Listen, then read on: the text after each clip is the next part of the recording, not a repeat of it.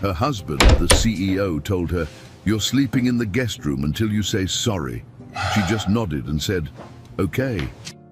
The next morning he walked in and asked, "Have you learned your lesson?" But when he saw her side of the closet empty and the divorce papers on the table, he finally understood who was really in charge. A very powerful story for my beautiful family. Watch till the end for a great lesson for my powerful sisters and daughters. Hi, my beautiful family. Welcome back to Mr. Peter Stories. May the Almighty cover your life with endless light, fill your hearts with unwavering peace, and bless your homes with joy that never fades. May every woman be adorned with strength and grace, every man guided by wisdom and compassion, and every child wrapped in love that feels like heaven itself. I pray that your tears transform into hope, your struggles into triumphs, and your nights into gentle rest. May every breath you take remind you of your worth, every step be guided by faith, and every moment be touched by God's infinite love. If your heart is true, like the video. If your love is real, write, "I am with Mr. Peter." Some women are born to shine. Ruby Tyson was born to lift others into the light, even when it meant standing in the shadows. The diner smelled like burnt coffee and yesterday's grease, but Ruby barely noticed anymore. Her feet throbbed inside shoes held together with superglue. Her lower back screamed from carrying trays since dawn, but she smiled at every customer like they were royalty. This was her second shift. The warehouse job started at midnight. "Ruby, order up!" DeMarco shouted from the kitchen. She grabbed the plates, delivered them to college students who didn't bother looking up from their phones. No tip again. She cleared the table anyway, her mind calculating which bill could wait another week. The apartment she shared with David sat on the edge of a neighborhood where sirens sang lullabies. She'd found it after his scholarship money ran out, after his parents stopped answering his calls. But Ruby saw something different. She saw the man who stayed up reading philosophy books by candlelight when the electricity got cut off. She saw the brilliant mind that could solve problems others couldn't understand. She saw their future if she could just hold on long enough. "You're gonna collapse one day," Marco said, leaning against the counter as the last customers left. "3 jobs, Ruby. That's not living. It's temporary," she replied, untying her apron. "David's almost done. Then everything changes." Marco didn't argue. He'd heard this before. Watch this woman sacrifice pieces of herself, hoping to rise. Ruby walked home through streets that flickered with broken streetlights. Her grandmother's ring was gone now, sold to a pawn shop for half what it was worth. The money paid for David's final semester books. He'd kissed her forehead that night, called her his angel, promised her mountains and oceans. The apartment door creaked open to darkness. David sat at their second-hand desk, surrounded by papers, his face illuminated by a laptop screen she'd bought with her tax return. "Hey," she whispered, not wanting to break his concentration. He didn't turn around. "Did you pick up my dry cleaning?" Ruby's stomach dropped. She'd forgotten. Between the diner, the warehouse, and the weekend cleaning gig, she'd completely forgotten. "I'm sorry. I'll get it tomorrow before... I needed it for the presentation tomorrow." His voice carried that edge, the one that appeared whenever stress pressed down on his shoulders. "This is important, Ruby. This could be my whole future." "Our future," she wanted to say. Instead, she nodded. "I'll go now. The place is open until midnight." "Forget it." He finally looked at her, and she saw the exhaustion carved into his features. "Just forget it." She crossed the small space between them, her fingers finding the knots in his shoulders. He tensed, then slowly relaxed under her touch. "You're going to be amazing tomorrow," she said softly. "You're the smartest person I've ever met." David's hand came up, covering hers. For a moment, he was the man who'd held her during thunderstorms, who'd danced with her in this tiny kitchen. "What would I do without you? You'll never have to find out." She meant it. Through every shift, every aching muscle, every moment she wanted to collapse, Ruby held onto this vision. David succeeding, them building something beautiful together. The presentation went perfectly. David came home with news of job offers, opportunities, doors opening. Ruby celebrated by making his favorite meal with ingredients she'd been saving for. "We did it," he said, pulling her close. "We actually did it." "You did it," she corrected, but he shook his head. "No, I couldn't have survived without you, Ruby. You're my foundation." She wouldn't forget. How could she? Every choice she'd made, every piece of herself she'd given away, was for this moment. The months that followed felt like watching a flower bloom in fast motion. David accepted a position that paid more than Ruby had seen in her entire life. They moved to a better apartment with heat that actually worked. They bought a used car so Ruby wouldn't have to take 3 buses. She quit the warehouse job, then the cleaning gig, finally just working at the diner because she liked Marco. Marriage came quickly after, a small ceremony that David's parents barely attended. Maxwell had insisted on protecting David's future with papers Ruby signed without really reading. Just a formality, David had assured her when she hesitated over the prenuptial agreement. She'd signed because she trusted him, but something else was blooming too, something she couldn't quite name. David worked longer hours, came home later, spoke less about his day and more about his plans. The tender touches became fewer. The conversations grew shorter.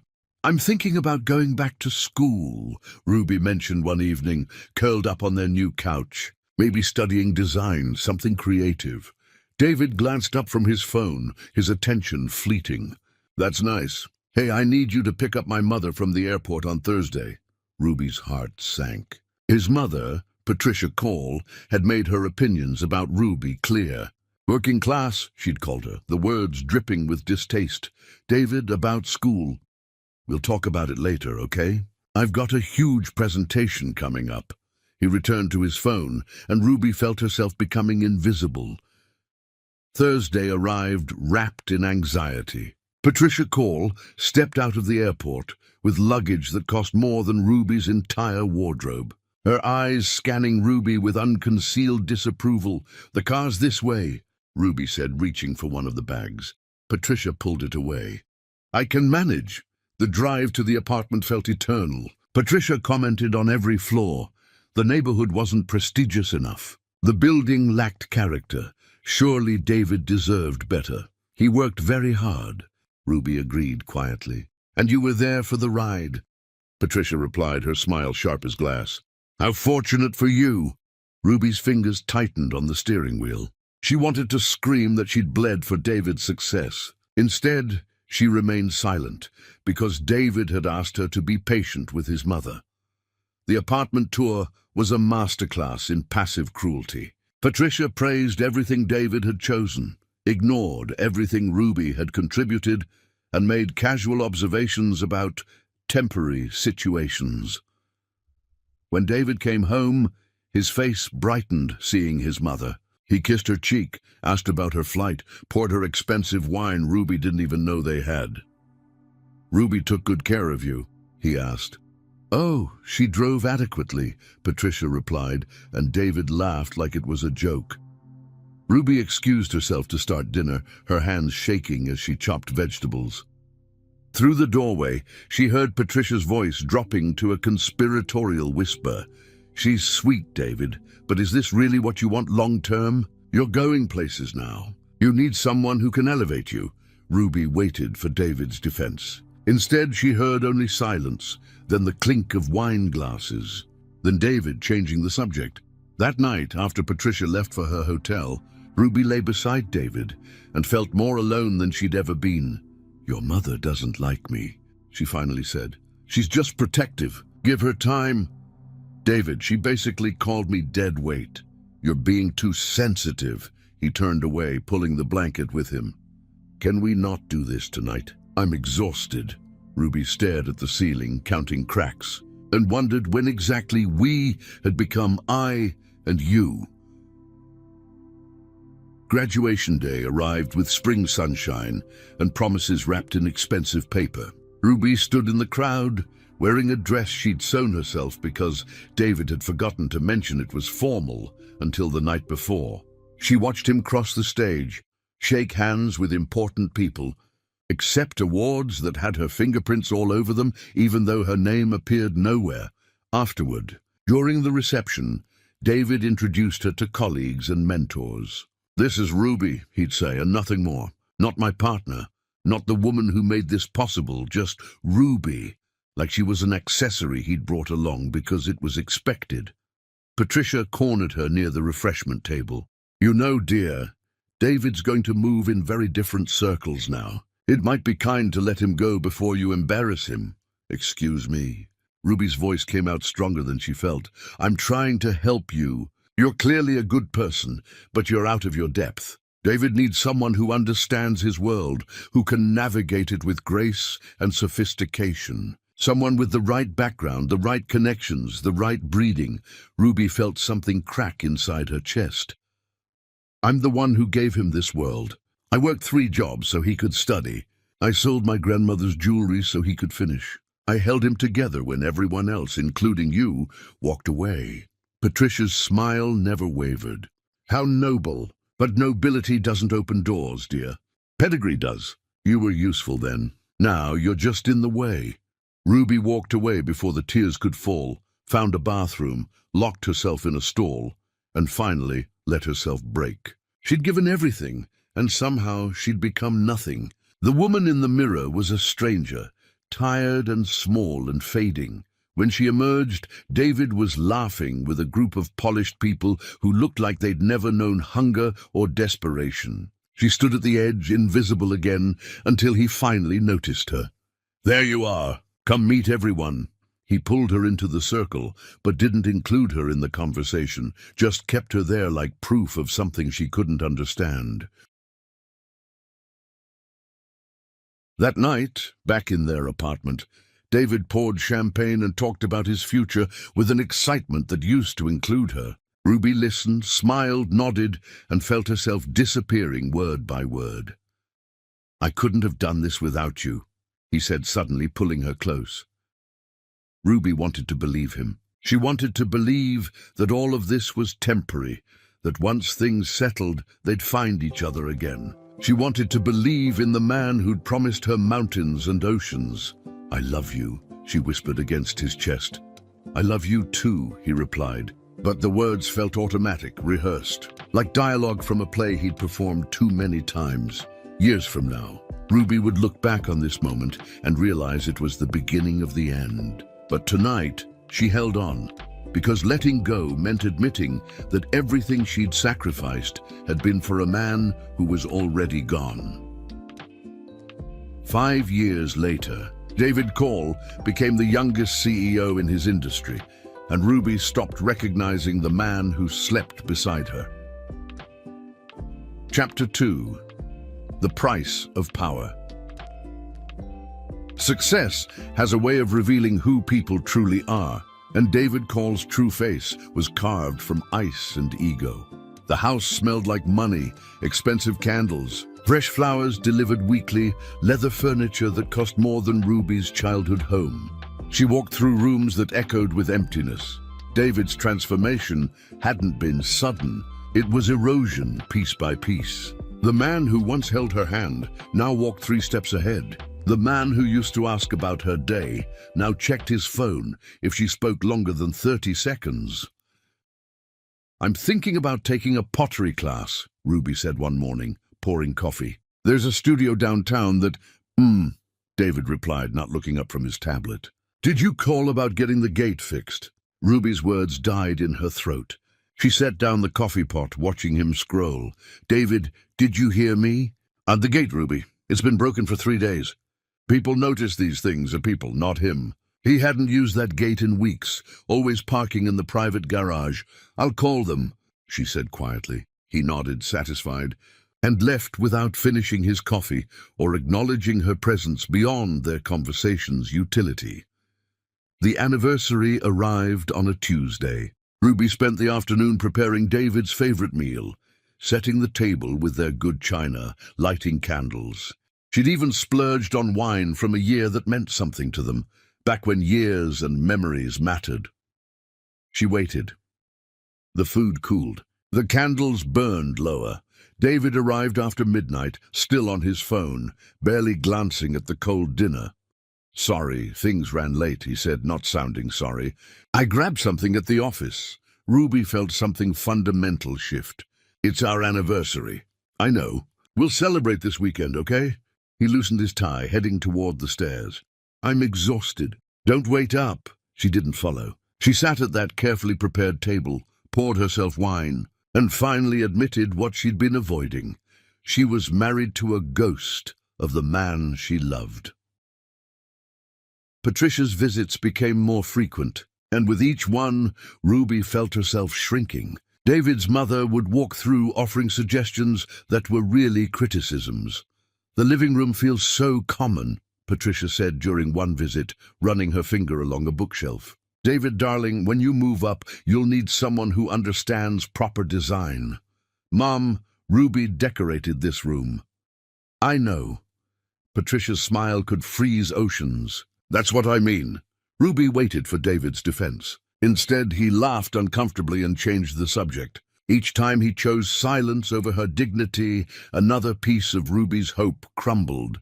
His colleagues treated her like furniture during parties they hosted. The wives, draped in labels Ruby couldn't pronounce, would cluster discussing private schools, vacation homes, charity boards.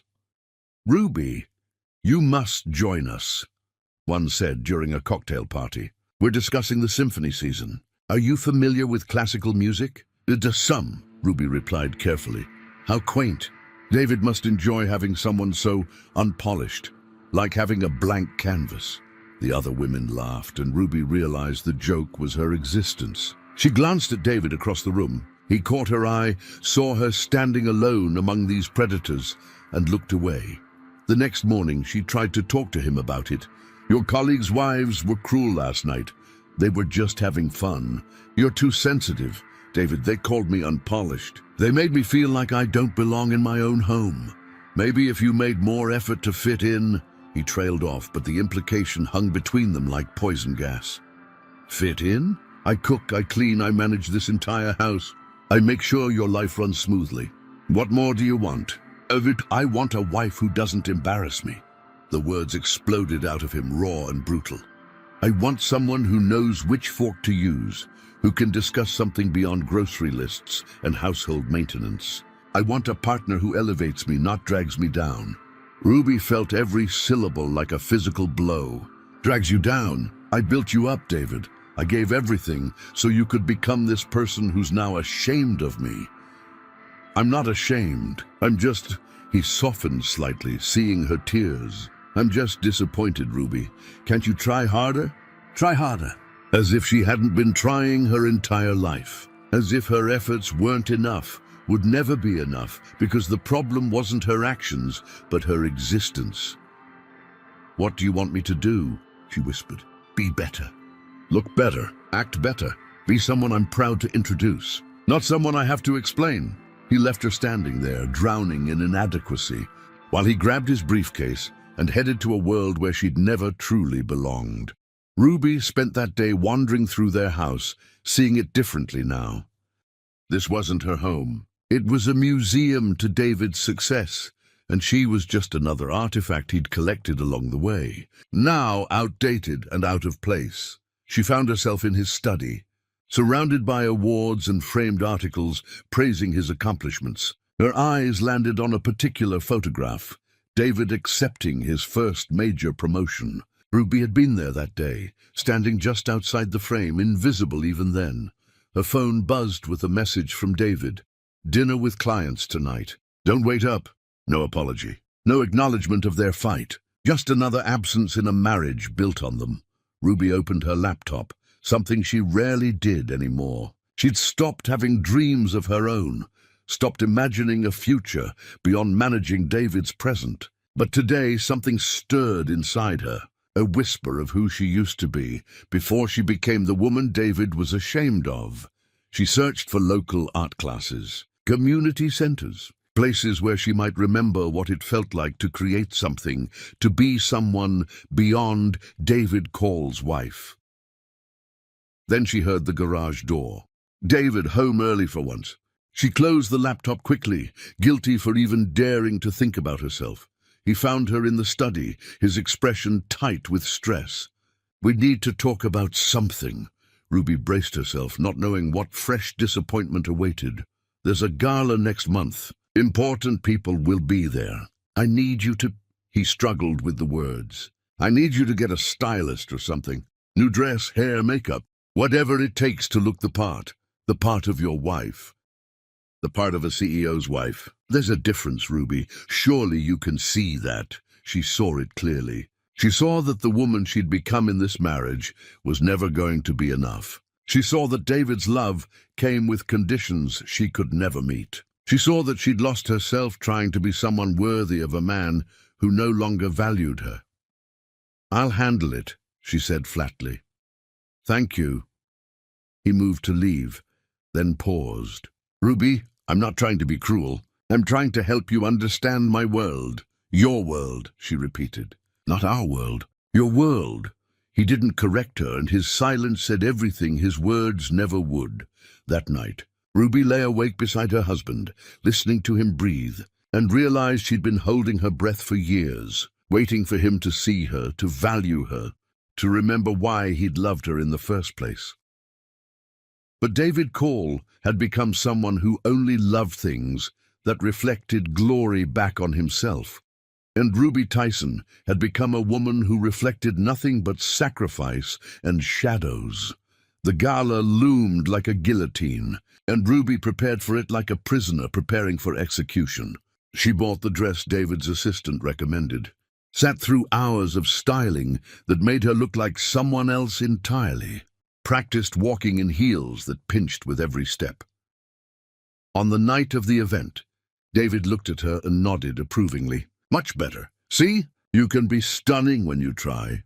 Ruby looked in the mirror and didn't recognize the woman staring back. She'd erased herself to become acceptable to David, and the victory felt like death. At the gala, she played her part perfectly. She smiled, made small talk, laughed at jokes that weren't funny, and watched David bask in the attention of people who admired his success. He introduced her to important guests with pride for the first time in years, and Ruby understood with devastating clarity. He wasn't proud of her. He was proud of what she'd made herself into for him. When they returned home that night, David was euphoric. "You were perfect tonight. That's the Ruby I need. Can you be her more often?" Ruby removed the expensive jewelry, the uncomfortable dress, the mask she'd worn all evening. "I don't know who that woman was tonight, but she wasn't me. She was the best version of you. She was a version that doesn't exist. She was what you wanted me to be." "What's wrong with that?" David genuinely didn't understand. "I'm trying to help you be better." Ruby looked at this man she'd sacrificed everything for and finally saw him clearly. He didn't want a partner. He wanted a possession. He didn't want Ruby Tyson. He wanted a reflection of his own success.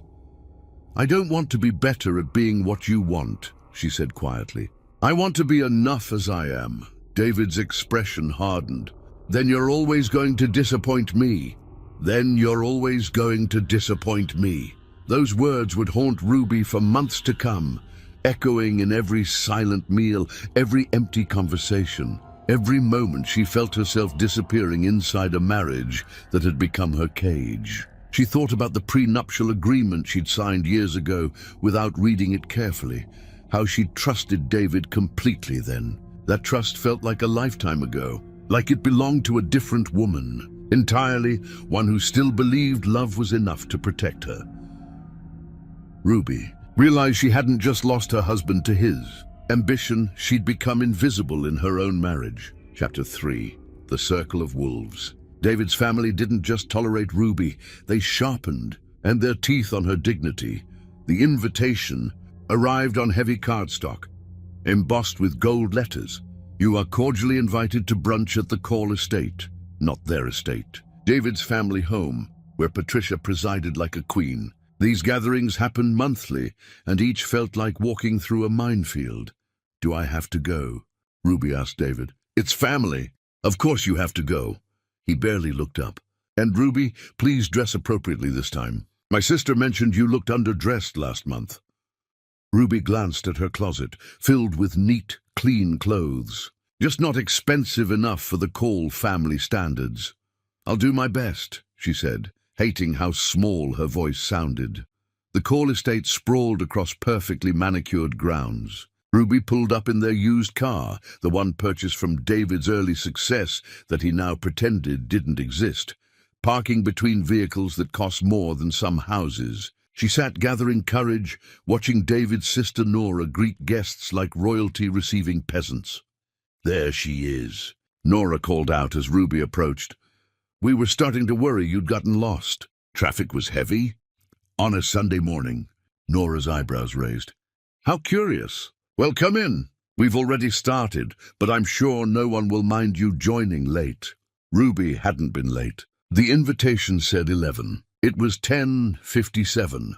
The dining room glittered with crystal and china, filled with women who looked like they'd stepped from magazine pages. David's cousins, his mother's friends, Nora's social circle, all dressed in casual elegance that cost thousands. They turned to look at Ruby with synchronized precision. Ruby, darling.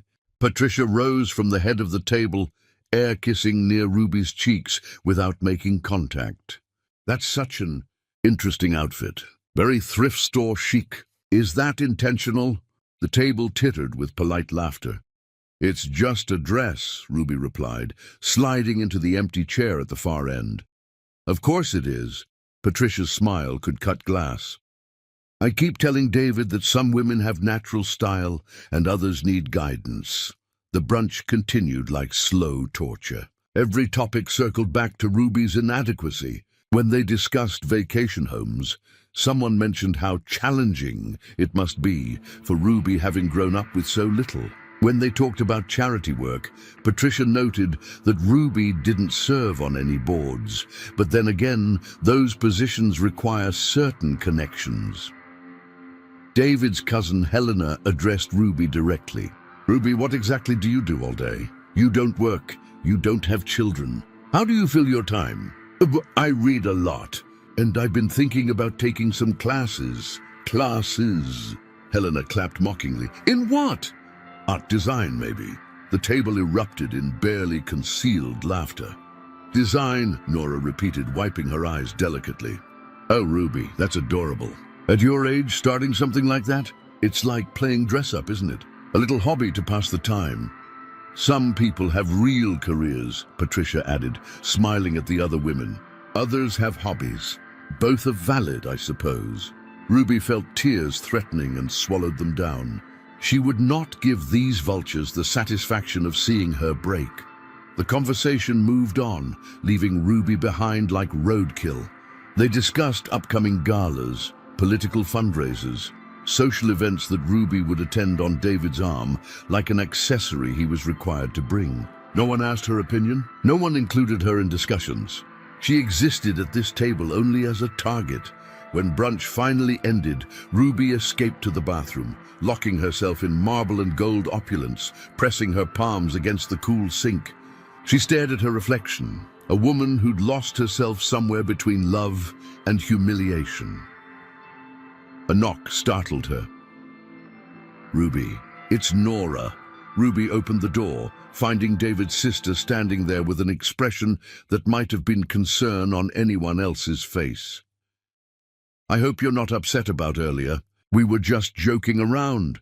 Those weren't jokes, Nora. Those were cruelties dressed up as jokes. Nora's face hardened. You're too sensitive. We're David's family. We want what's best for him. And you don't think I'm what's best for him. Honestly? Nora stepped closer, her voice dropping. No, I don't.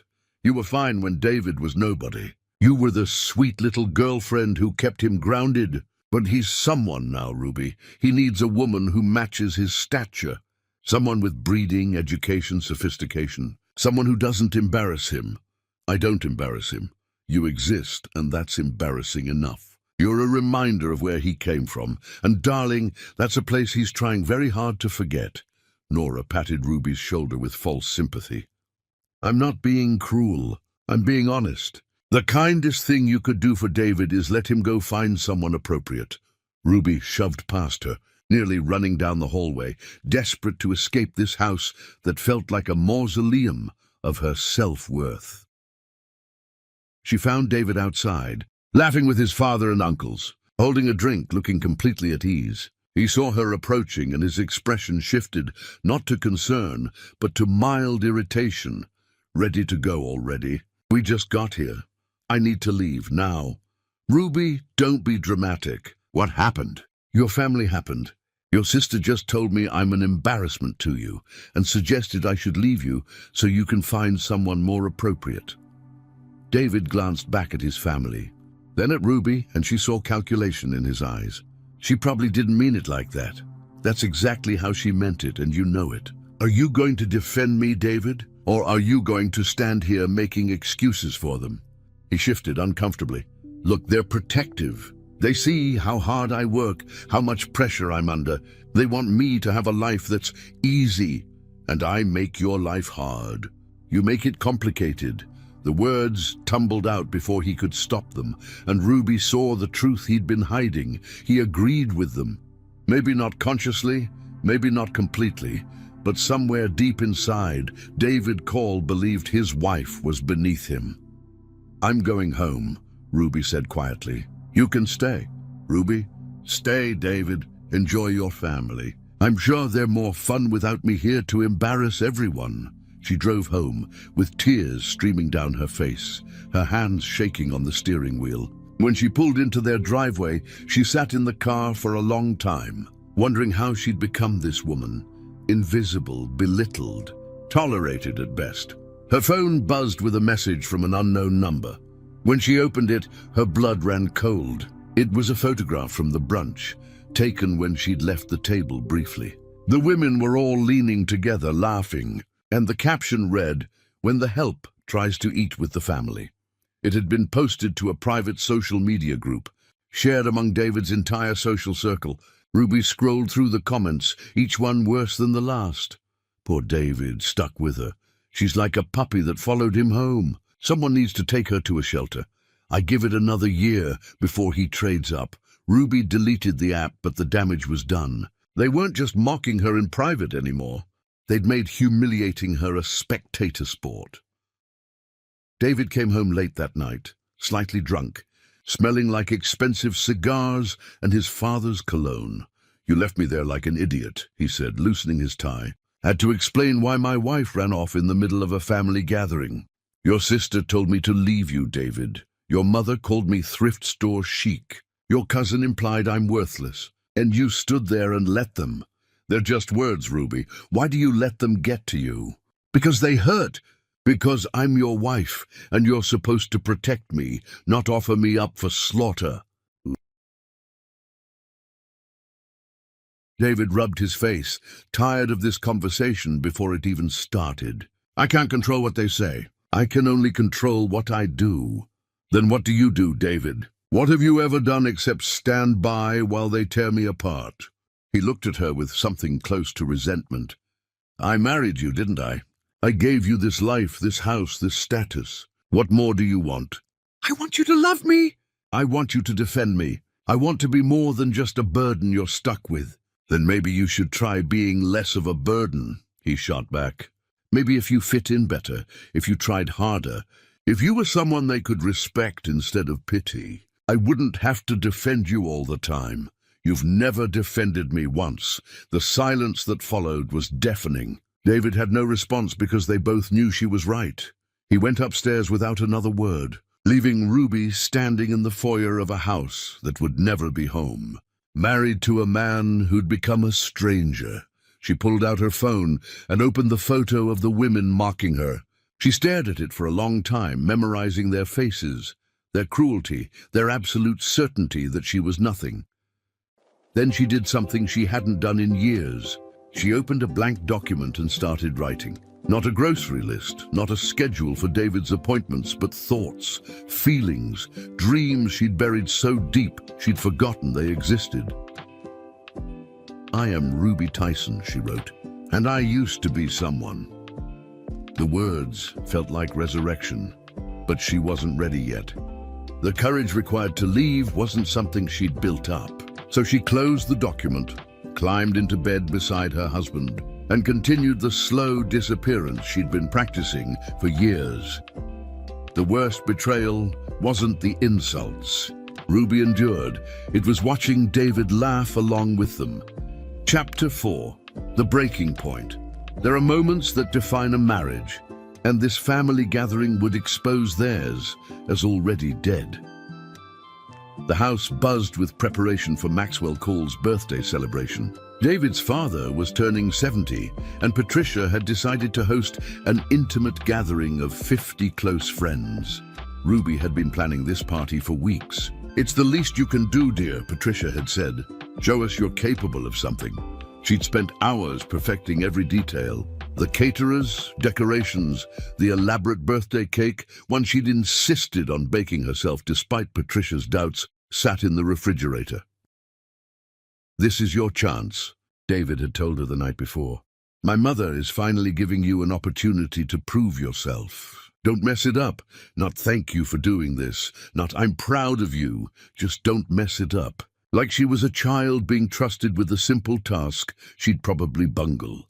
The guests arrived in waves of designer clothing and practiced smiles. Ruby wore her best dress, the one David had approved of, and stood near the entrance greeting people who looked through her like glass.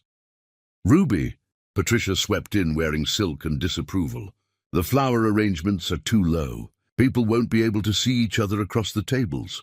I arranged them according to the florist's recommendation." Well, the florist was wrong. "Fix it before dinner." Patricia moved on, leaving Ruby to scramble.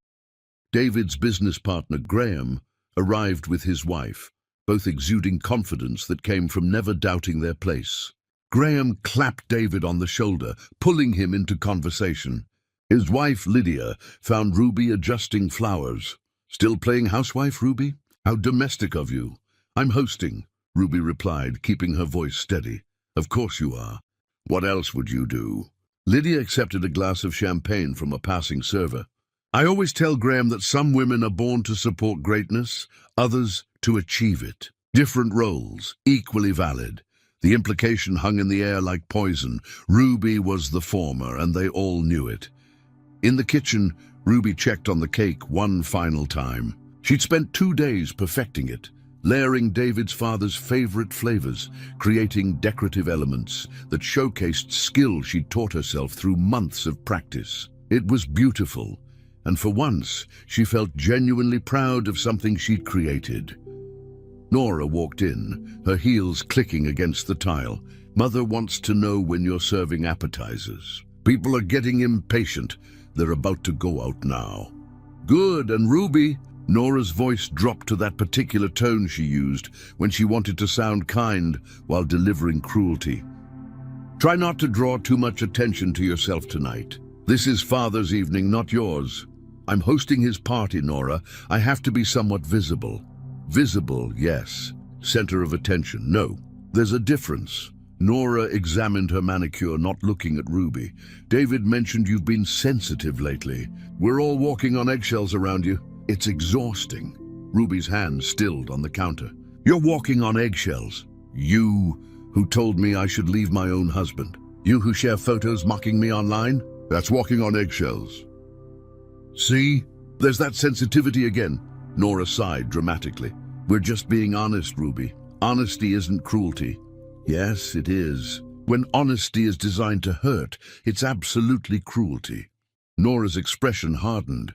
"You know what? Fine. You want brutal honesty? You're dragging David down. Everyone sees it.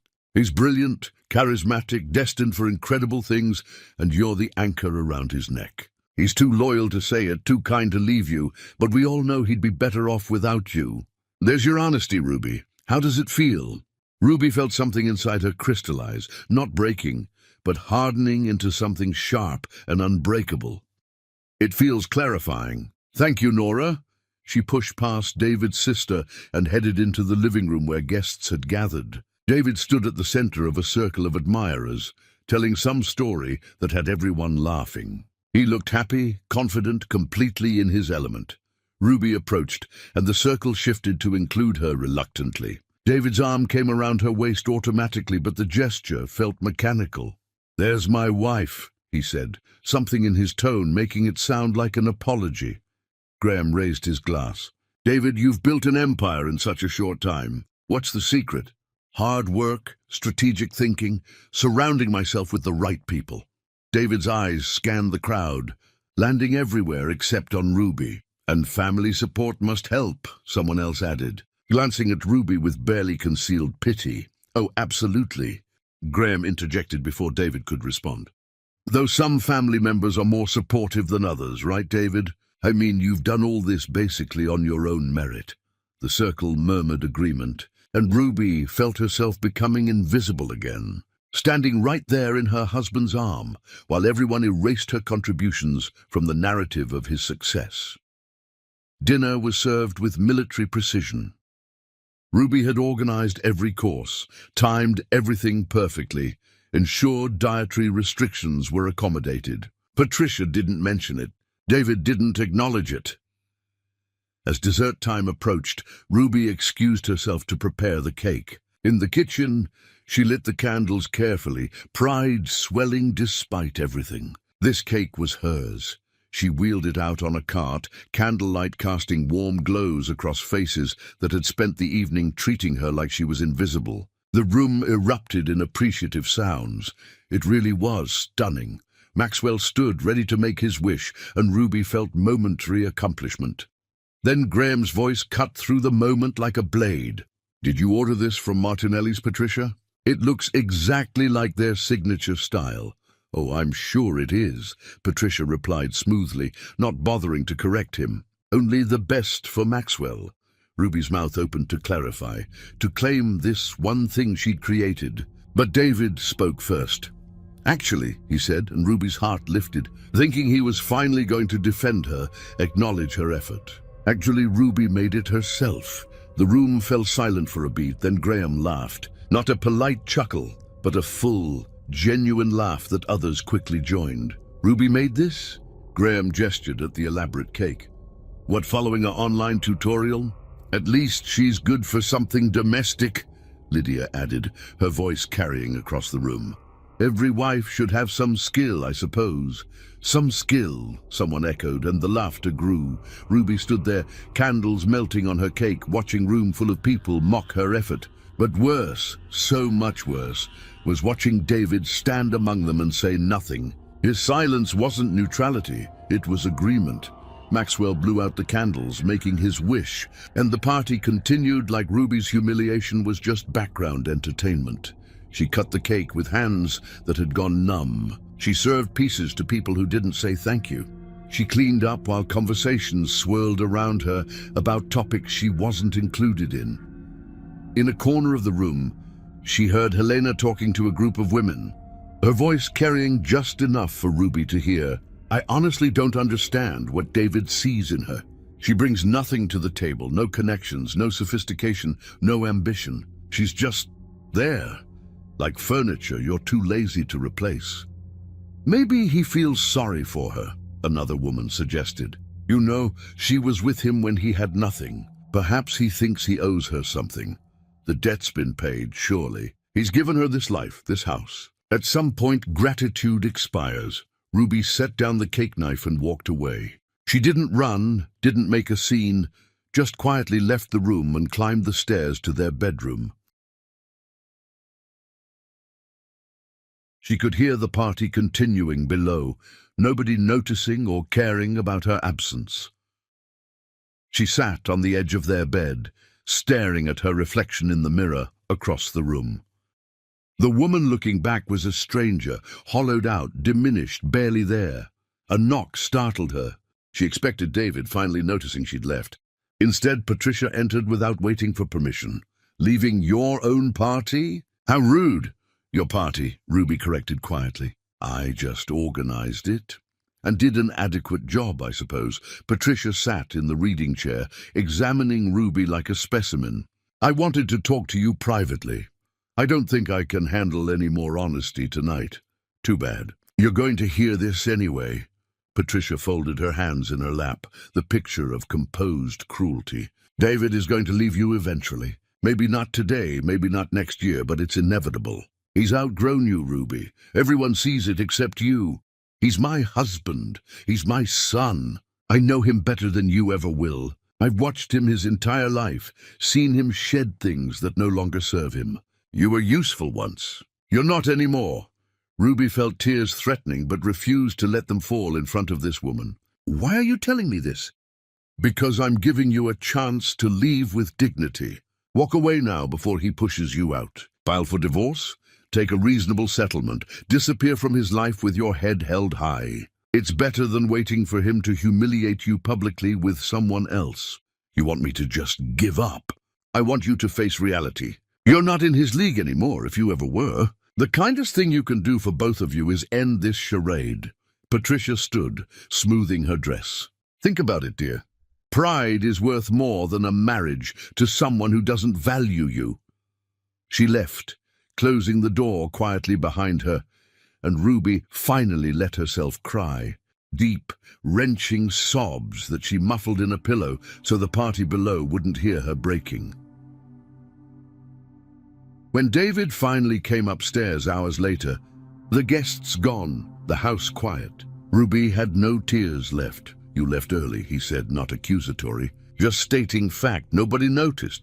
I noticed. Did you? Because from where I stood, you didn't notice me all night. Not when Graham mocked me, not when your family insulted me, not when I needed you to defend me even once. David sighed, the sound of a man exhausted by a conversation he'd had too many times. Ruby, we've been over this. I can't control what other people say. You can control what you say. You can stand up for your wife. You can tell them to stop. You can do literally anything except stand there silently agreeing with them. I don't agree with them.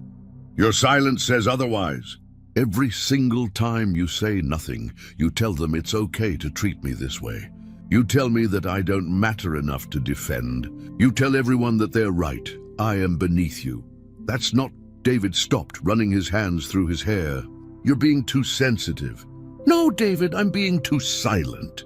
I've been silent for years while you and your family erode everything I am. I've smiled through insults, swallowed humiliation, and pretended everything is fine because I thought love was enough. But it's not, is it? Love isn't enough when respect is gone. Where is this coming from? Because you got your feelings hurt at a party? Because your mother just told me you're going to leave me eventually? Because your sister posts pictures of me online for people to mock? Because I baked a cake that I was proud of and you let a room full of people laugh at me for it? Because I am disappearing, David, and you're not just letting it happen, you're helping it along. David's jaw tightened. Maybe if you weren't so fragile, so easily hurt, so incapable of handling the real world, we wouldn't have these problems. Grow thicker skin, Ruby. This is life. This isn't life. This is abuse dressed up as honesty. And you know what the saddest part is? I've been so busy trying to be enough for you that I forgot I used to be enough for myself. What's that supposed to mean? It means I'm tired, David. I'm tired of fighting for scraps of your attention. I'm tired of being your embarrassment. I'm tired of being married to someone who treats me like I'm an obligation instead of a choice. Ruby, I'm going to sleep in the guest room tonight. No, you're not. We don't do that. We talk things through. There's nothing left to talk about. You've made your position clear. Your family has made their position clear. I'm the problem, and problems need to be solved or discarded. I get it. She grabbed a pillow and headed for the door. David stepped in front of her, but not to comfort her, to assert control. You want to throw a tantrum? Fine, but you're sleeping in that guest room until you apologize for ruining my father's birthday with your drama. Ruby stared at him, seeing clearly for perhaps the first time in years. This wasn't her husband. This was a stranger wearing his face, speaking with his voice, but devoid of anything that had made her fall in love with him. Okay, she said simply. David had expected a fight, tears, begging. Her calm agreement unsettled him. Just like that? Just like that. She walked past him to the guest room, closed the door, and for the first time in longer than she could remember, Ruby Tyson felt something other than pain. She felt resolve. Ruby understood then that she'd been fighting alone in a marriage that had already ended. She just hadn't signed the papers yet. Chapter 5. The Guest Room Exile. The smallest acts of cruelty often carry the greatest power, and David wielded his like a weapon. Ruby woke in the guest room to unfamiliar light. The party, the humiliation, David banishing her like a disobedient child. The guest room was beautiful in that impersonal hotel way, perfectly decorated, completely empty of anything that mattered. Like her marriage. She showered using generic soap, dressed in yesterday's clothes. Every small indignity felt enormous. David was in the kitchen, coffee in hand, scrolling through his phone like it was any other morning.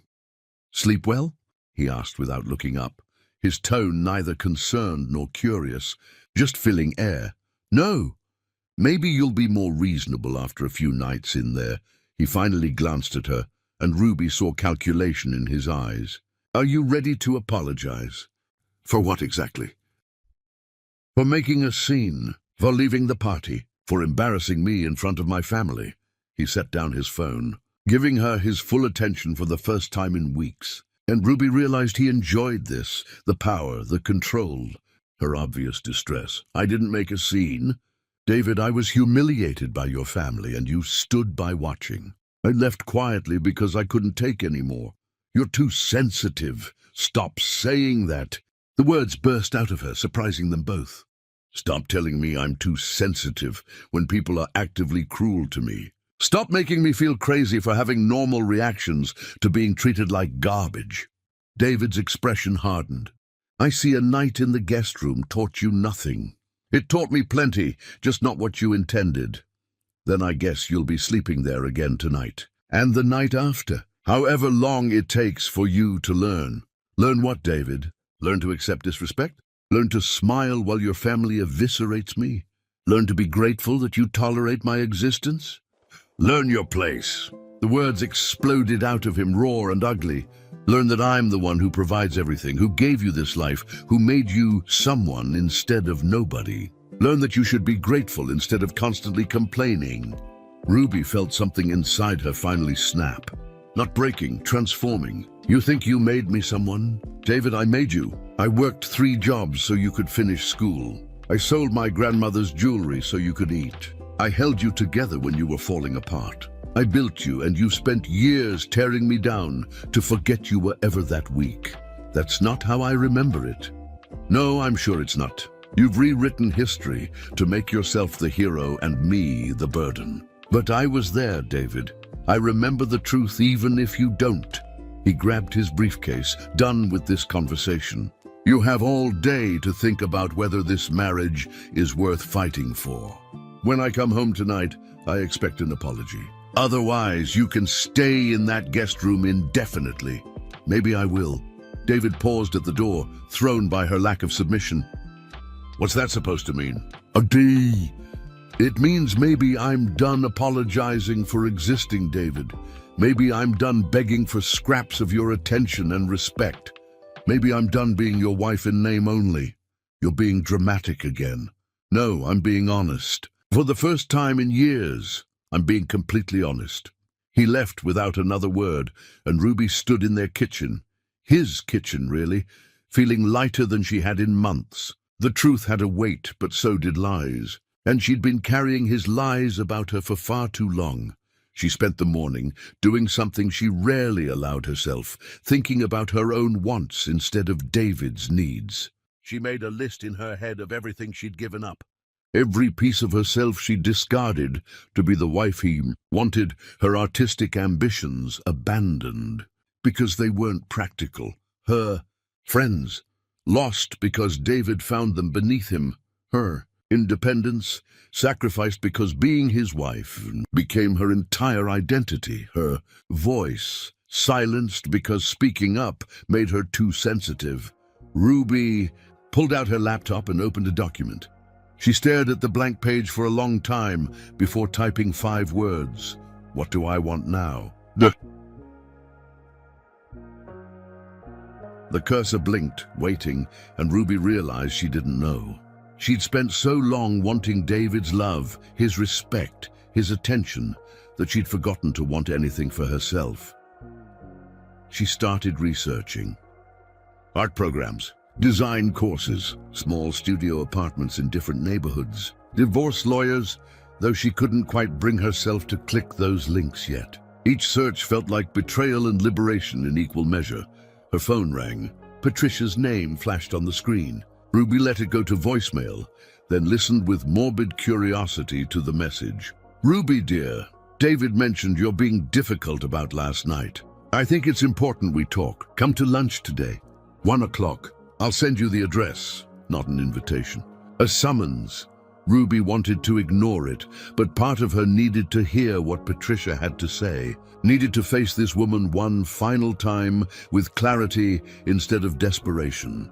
The restaurant Patricia chose was predictably expensive and intimidating. Ruby drove there in her modest car, parked between luxury vehicles, and walked in wearing her simple dress among women draped in designer everything. Patricia sat at a corner table, already nursing a martini, looking every inch the queen of her domain. "Sit," Patricia said. "I ordered for you. The salad here is excellent. I can order for myself." "Suit yourself." Patricia sipped her drink. "David called this morning. He's quite upset." "Good." Patricia's eyebrows rose. "Good? You want your husband upset?" "I want my husband to feel something, even if it's upset. He's been numb to me for so long, I'll take anger over indifference." "How dramatic you are." "David isn't numb to you, Ruby. He's just tired of your neediness." "My neediness," Ruby repeated flatly. "I need basic respect. I need to not be humiliated in my own home. I need my husband to defend me occasionally. Those needs make me needy." Patricia leaned forward, her voice dropping to that particular tone women use when delivering cruelty disguised as wisdom. "You were perfect for David when he had nothing. You were supportive, understanding, willing to sacrifice. Those qualities are lovely in a struggling student's girlfriend. They're less impressive in a CEO's wife. Because CEOs need trophy wives instead of partners. Because successful men need women who enhance their status, not remind them of where they came from." Patricia signaled the waiter for another drink. "David is going places, Ruby. Places you can't follow because you don't belong there. You're a beautiful chapter in his life story, but you're not meant to be the whole book." Ruby felt ice forming in her veins, cold and clarifying. "You want me to leave him? I want you to save yourself the eventual humiliation when he leaves you. Because he will, Ruby. Maybe not today, maybe not this year, but eventually David will find someone appropriate. Someone who fits his life instead of complicating it. When that happens, you'll wish you'd left first." "You really believe that?" "I know my son. I know how ruthless ambition makes people. David has spent years climbing, and he won't let anything hold him back now. Not even loyalty to a wife who served her purpose." The waiter brought Patricia's martini and Ruby's water. They sat in silence for a moment, and Ruby felt the weight of everything Patricia wasn't saying. This was a warning and a prophecy. Cruelty and kindness twisted together until you couldn't tell which was which. "What if I fight for him?" Ruby asked quietly. "What if I refuse to just walk away? Then you'll suffer longer before the inevitable ending. Is your pride worth that much pain?" Ruby thought about the guest room, David's cold indifference, the years of slowly disappearing. "Maybe my pride is all I have left." "Then you're even more foolish than I thought." Patricia drained her glass. "I'm trying to help you, Ruby. Not because I like you, I don't, but because I've seen this story before. The wife who doesn't know when to exit gracefully always ends up destroyed. Don't be that wife. What if I told you I was already destroyed? That David and your family have spent years breaking me down piece by piece until I barely recognize myself. Then what's left to lose?" The question hung between them like a blade. What was left to lose? Her marriage was already dead. Her dignity had been shredded. Her sense of self had eroded to almost nothing. What exactly was she holding on to? "Nothing," Ruby said, and felt the truth of it settle into her bones. "I have nothing left to lose." Patricia smiled, satisfied she'd won this battle. Then we understand each other. Ruby left the restaurant without eating, drove home through streets that suddenly looked different, clearer, like someone had wiped grime off a window she'd been looking through for years. Ruby walked through the house that had never felt like home, touching surfaces that cost more than she was worth to David anymore. In his study, surrounded by awards and framed articles, she opened her side of the closet and started pulling out clothes. She folded items she'd worn, trying to be the woman David wanted. Dresses chosen to impress, shoes that pinched but looked appropriate. Everything carefully selected to erase Ruby Tyson.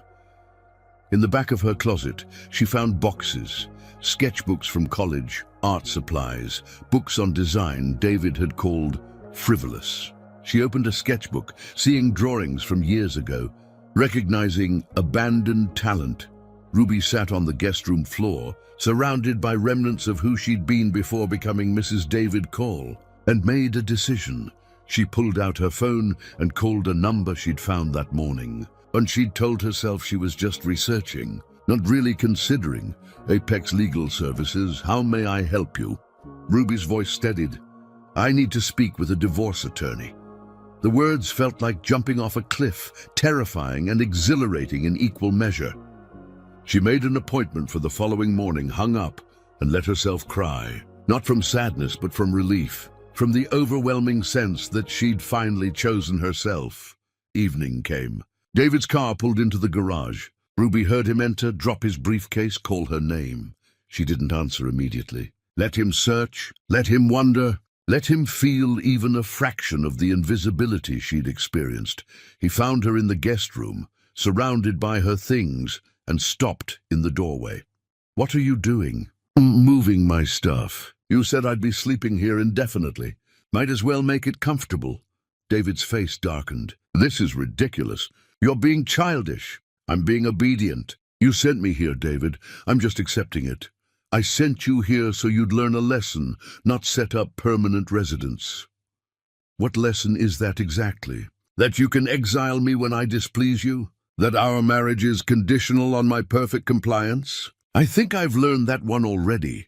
He stepped into the room, trying to reassert control. Have you thought about your apology? I've thought about a lot of things. Apologies aren't among them. Ruby, I'm not playing games here. Neither am I, David. For the first time in years, I'm completely serious. Something in her tone must have penetrated because he paused, really looking at her. What's going on with you? I'm waking up. I'm realizing that I've been asleep in a nightmare, pretending it was a dream. I'm understanding that you don't want a wife. You want an appliance. Someone who functions when you need them and disappears when you don't. That's not fair. No. What's not fair is asking someone to love you unconditionally while you barely tolerate their existence. Ruby stood, meeting his eyes. What's not fair is building yourself on someone else's sacrifice, then treating them like they're worthless. What's not fair is letting your family destroy your wife while you stand by and watch. My family was just... Your family was cruel. Your mother told me today that you're going to leave me eventually. Your sister posts pictures of me online for people to mock. Your father's party was a masterclass in humiliation. And you, David, you participated in all of it through your silence. I don't know what you want from me. I wanted you to love me. But you don't, do you? Maybe you never did. Maybe I was just convenient. And then I became inconvenient, and now you're trying to punish me into being convenient again. David ran his hands through his hair, frustration radiating off him. You're twisting everything. I'm finally seeing clearly. Fine, stay in here. See if I care. Sleep in the guest room until you rot, Ruby. But don't expect me to keep trying when you're being impossible. He turned to leave, and Ruby felt the moment crystallizing. This was it. This was where she chose. I have an appointment tomorrow morning, she said quietly. With a divorce attorney. David froze. What? You heard me. He spun around, his face a mixture of shock and rage. You're threatening me. You think threatening divorce will make me come crawling back? I'm not threatening anything. I'm informing you of my decision. Your decision. He laughed, harsh and bitter. You don't get to make decisions, Ruby. I built this life. I provide everything. You're nothing without me. Maybe, but being nothing alone is better than being nothing beside someone who treats me like nothing. You're not serious. I've never been more serious in my life. David stared at her, finally seeing that something fundamental had shifted. Ruby, don't do this. Don't throw away everything we've built. You threw it away years ago. I'm just finally accepting it. I love you. No, you don't. You love the idea of being generous enough to stay with the girl from your past. You love telling yourself you're loyal, but you don't love me, David. You barely like me. He tried to approach her, but she stepped back. Ruby, please. Let's talk about this reasonably. You're upset, I understand. But divorce? That's extreme. What's extreme is staying in a marriage that's killing who I am. I'll do better. I'll talk to my family. I'll defend you. Just don't do this. Ruby wanted to believe him. Part of her, the part that had loved him for years, desperately wanted to believe that he'd change, that they could salvage something from this wreckage. But Patricia's words echoed in her mind. You'll suffer longer before the inevitable ending. I'll think about it, she said finally. Not ready to cut all ties yet, but needing space to breathe. But tonight I'm staying here. David nodded, deflated. Okay, we'll talk more tomorrow. He left, closing the door gently behind him, and Ruby sank onto the bed. She'd drawn a line in the sand, and now she had to decide if she'd cross it. She pulled out her phone and opened the voice memo app. Speaking quietly, she began recording. My name is Ruby Tyson. I was born with dreams. I fell in love with a man who had dreams too. I sacrificed mine so his could live. And I forgot that dreams don't belong to one person. They belong to whoever has the courage to chase them. She paused, tears streaming down her face. Tomorrow I might lose my courage. Tomorrow I might convince myself to stay, to try again, to give him one more chance that'll turn into 100 more chances. So I'm recording this now, while I still remember who I could be. Ruby Tyson was someone before David Call. She can be someone after him too. She saved the recording and set it to play as her alarm tomorrow morning. A reminder, a promise. David went to bed satisfied he'd taught his wife a lesson, unaware she was learning an entirely different one. Chapter 6. The morning everything changed. Power shifts happen in silence, and Ruby Tyson had finally found her voice in choosing to leave. Ruby's alarm woke her before dawn. Not the gentle chime David had programmed into her phone, but her own voice speaking words she'd recorded the night before. My name is Ruby Tyson. I was born with dreams. She listened to herself talk about courage and dreams and becoming someone again, and felt yesterday's resolve solidify into something unshakable. Today was the day everything changed. The attorney's office opened at 8. Ruby showered, dressed in clothes that felt like armor, and left the house before David woke. Her first act of independence in years was something as simple as walking out a door without explanation or permission. The law office occupied the 3rd floor of a building downtown. The receptionist smiled warmly, genuinely, like Ruby was a person worth acknowledging. Ms. Tyson? Attorney Chen will see you now. Ruby followed her into an office lined with law books and framed degrees, where a woman in her 40s sat behind a desk covered in organized chaos. I'm Laura Chen. Please, sit. She gestured to a comfortable chair. Tell me why you're here. Ruby opened her mouth and everything spilled out. Years of accumulated pain, humiliation, erasure. She told this stranger things she'd never said aloud, truths she'd barely admitted to herself. Laura listened without judgment, taking notes, nodding at appropriate moments. How long have you been married? Laura asked when Ruby finally stopped. Almost 7 years. And in those 7 years did you work? Not formally, not after the first few. I managed the household, supported his career, hosted events. Does that count? It counts for a lot, actually. You enabled his success. That has value in court, Laura leaned forward. Here's what you need to understand. Divorce is war. The person who wins is usually the one who prepares best. If you're serious about this, we need to start documenting everything. Financial records, communications, evidence of emotional abuse. It wasn't abuse, Ruby interrupted automatically, then stopped. Was it? The isolation, the humiliation, the systematic destruction of her self-worth. What else could you call it? Abuse doesn't have to be physical, Laura said gently.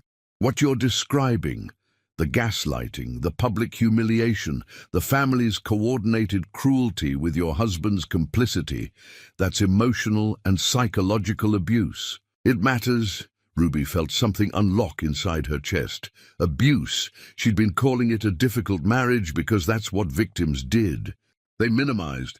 They made excuses. I want out, Ruby said clearly. Tell me what I need to do. They spent 2 hours going through details. Ruby signed papers, provided information, laid the groundwork for her escape. Laura explained the process, the timeline, the likely outcomes. You mentioned a prenuptial agreement, Laura asked. Yes, his father insisted on it when we got married. I signed without really reading it. Laura's expression remained neutral. Do you have a copy? No, I never thought I'd need one. We'll request it in discovery. Prenups can sometimes be challenged if they were signed under duress or without proper legal representation. Did you have your own attorney review it? Ruby shook her head. That might work in our favor. But even with the prenup, given your contributions to his career, you're entitled to some consideration. We'll argue the agreement was unconscionable. I don't want his money. Laura raised an eyebrow. Why not?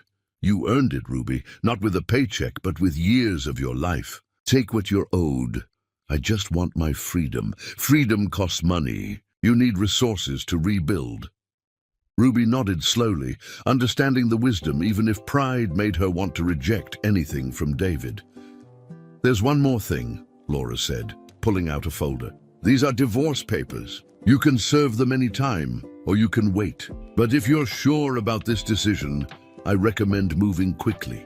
Don't give him time to hide assets or prepare a counterattack. Ruby took the papers, feeling their weight. This was real. This was happening. Sign here and here. I'll have these filed today. He'll be served within 48 hours. Ruby's hand shook as she signed her name. Ruby Tyson, not Ruby Cole. She'd never taken his name. One small rebellion she'd maintained even as she lost everything else. Walking out of that building, Ruby felt sunlight differently. The same city that had felt like a prison yesterday now looked like possibility. She sat in her car for a long moment, breathing in freedom that hadn't quite arrived but was coming. Her phone buzzed. David. Where are you? You left without saying anything. Ruby stared at the message, thought about all the times he'd left without explanation. Out, she typed back. I'll be home later. She drove aimlessly, ending up at a coffee shop she used to frequent before David called it too common. The barista remembered her.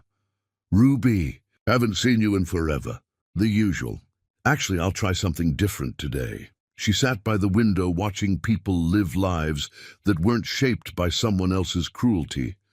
A woman laughed loudly. A man sketched in a notebook. A young couple argued over something trivial and then laughed it off. Normal people living normal lives, taking up space without apologizing. Ruby could be that again. Her phone rang. Patricia. Ruby declined the call, then declined the next one, and the one after that. Each rejection felt like victory. A text appeared. David told me you went to see a divorce attorney. This is foolish, Ruby. Call me immediately. Ruby blocked the number. Just like that, years of tolerating Patricia's cruelty ended with a single tap. By early afternoon, Ruby found herself driving back to the house, steeling herself for whatever awaited. She'd left that morning as a wife. She was returning as a woman planning her escape. David's car sat in the driveway. He'd come home early, waiting for her. She walked in to find him pacing the living room, his face a storm of emotions. You went to a divorce attorney? Yes. Are you insane? You can't just, Ruby. This is crazy. We can work this out. And there's nothing to work out, David. This marriage is over.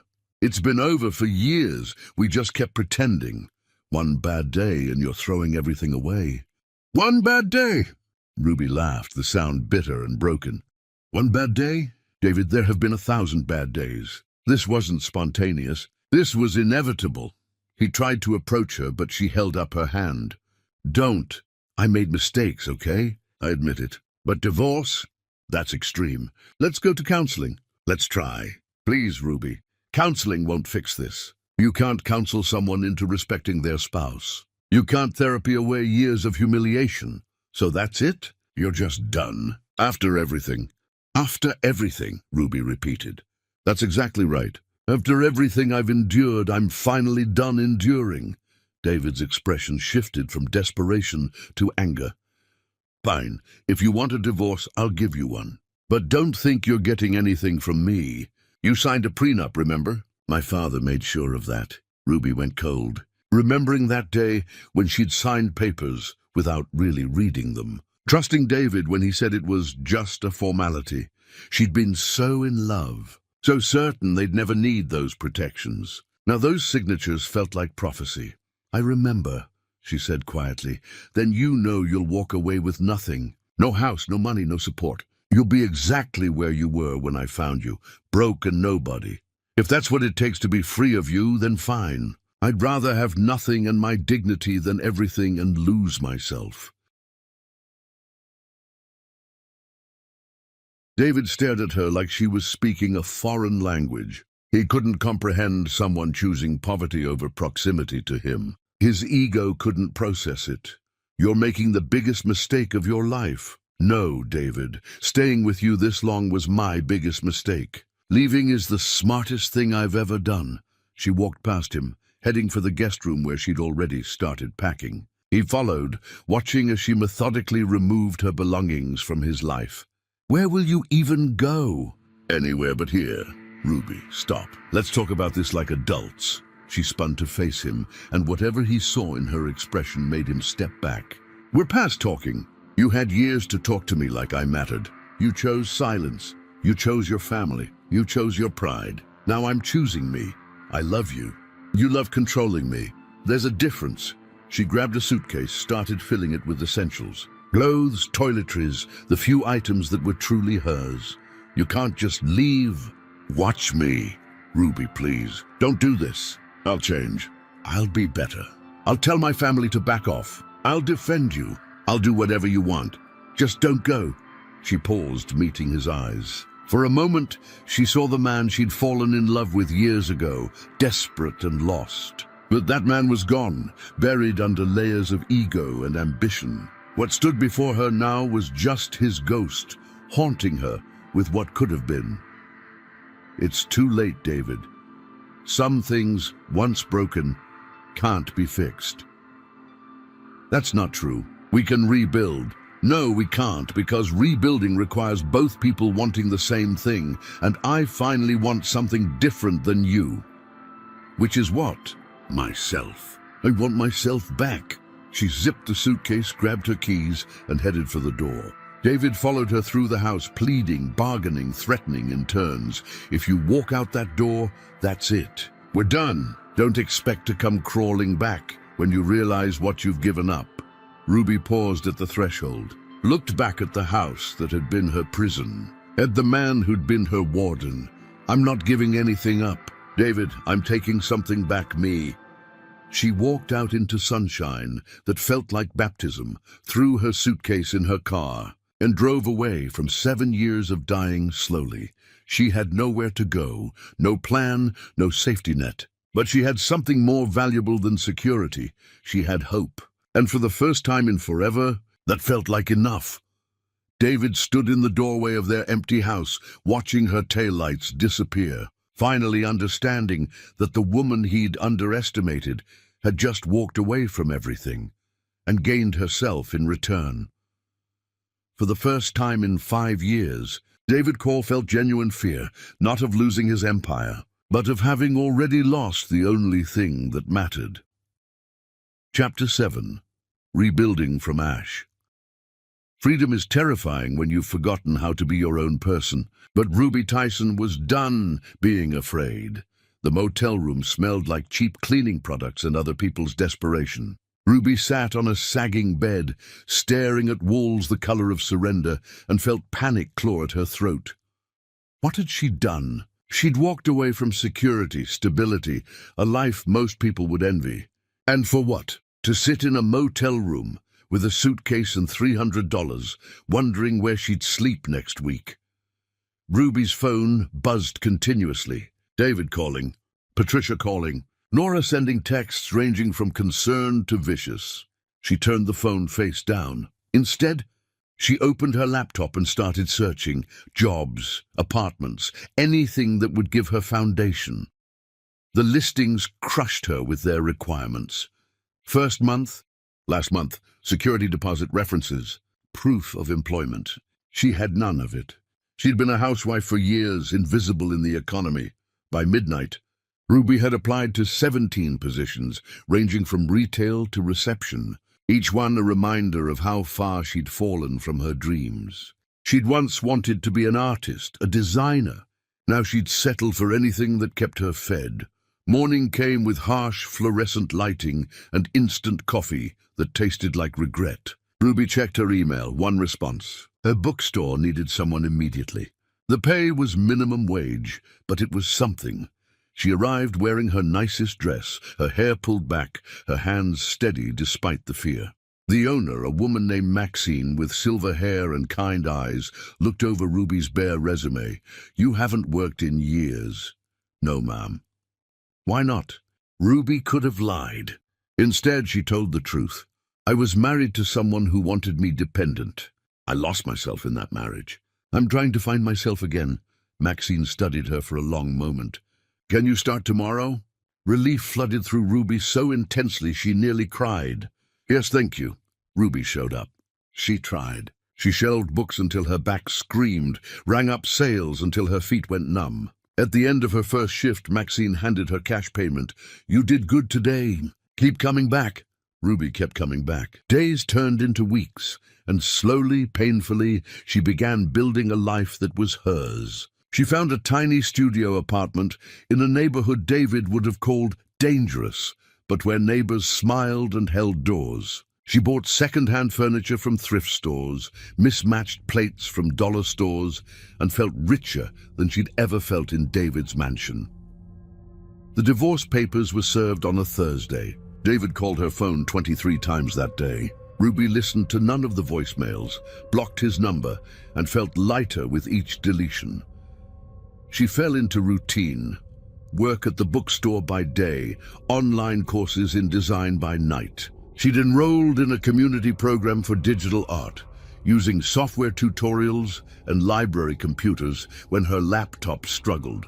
Her assignments were basic, logo designs, color theory exercises, but each one felt like reclaiming pieces of herself. You've got talent, her instructor commented on a project. Real, raw talent. Why did you stop? I forgot I was allowed to have my own dreams, Ruby answered. One evening, a customer came into the bookstore carrying a wedding dress, asking Maxine about alterations.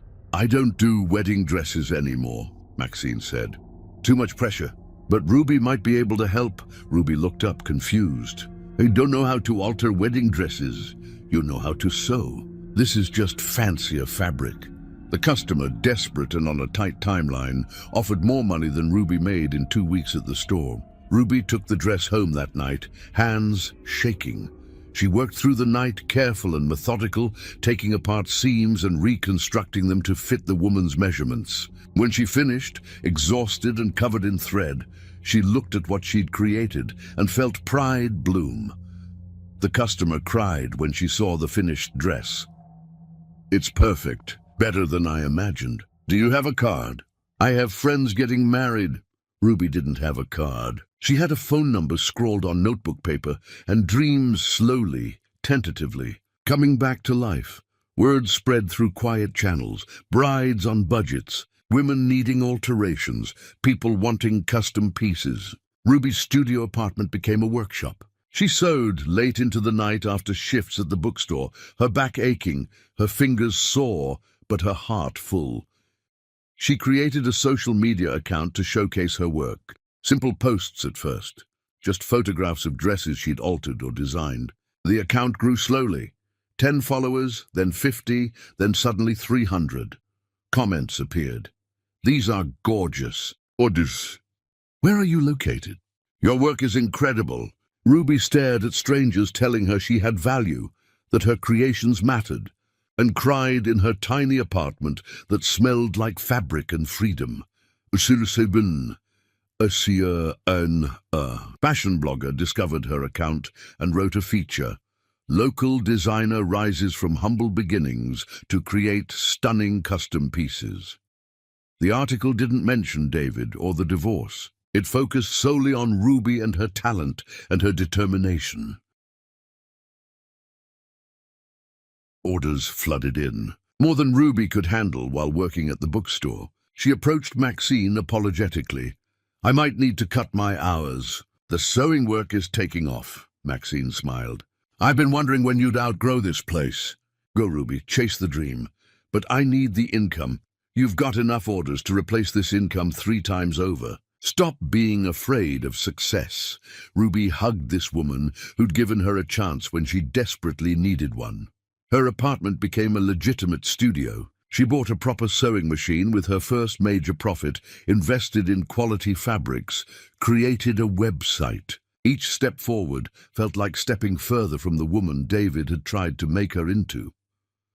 She ran into David's colleague Graham at a coffee shop one afternoon. He looked right through her at first, then did a double take. "Ruby, is that you?" She straightened, meeting his eyes. "Hello, Graham. I heard about the divorce." "Shame, really. We seemed like a terrible match. And now we're not together. It worked out for the best, I suppose. David's been having a rough time lately. Everything's kind of falling apart for him." Ruby waited for satisfaction to come, for vindication. Instead, she felt only indifference. David's pain wasn't her problem anymore. "I hope he figures it out," she said, meaning it. "If you'll excuse me, I have a client meeting." She walked away, leaving Graham staring after her, probably reporting back to David that his ex-wife looked happy, healthy, and unbothered. She was all those things. Months passed in a blur of fabric and growth. Ruby hired an assistant when orders became overwhelming.